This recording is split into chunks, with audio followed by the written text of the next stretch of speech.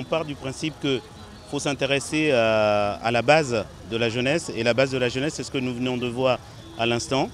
Ce sont des enfants qui se sont fait plaisir depuis ce matin. Les organisateurs du tournoi international des centres de formation donnent une nouvelle vie au foot de rue en réunissant autour du ballon des apprentis footballeurs venus des quartiers difficiles de Cotonou. La présence de tous les autres copains qui sont là, c'est justement d'encourager le football de la rue qui, à mon avis, a disparu depuis pas mal d'années en Afrique. Ce qui fait en sorte aujourd'hui qu'on a du mal à effectivement avoir des joueurs d'exception.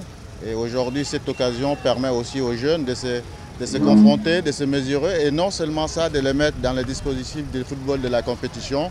Et c'est une bonne chose pour la jeunesse africaine et c'est quelque chose qui doit se renouveler souvent, tout simplement pour permettre aux jeunes de se côtoyer, non seulement de se côtoyer socialement, et puis ça leur permet aussi de grandir d'une bonne façon. Grandir autour des loisirs sains, mais surtout se faire plaisir en jouant au foot.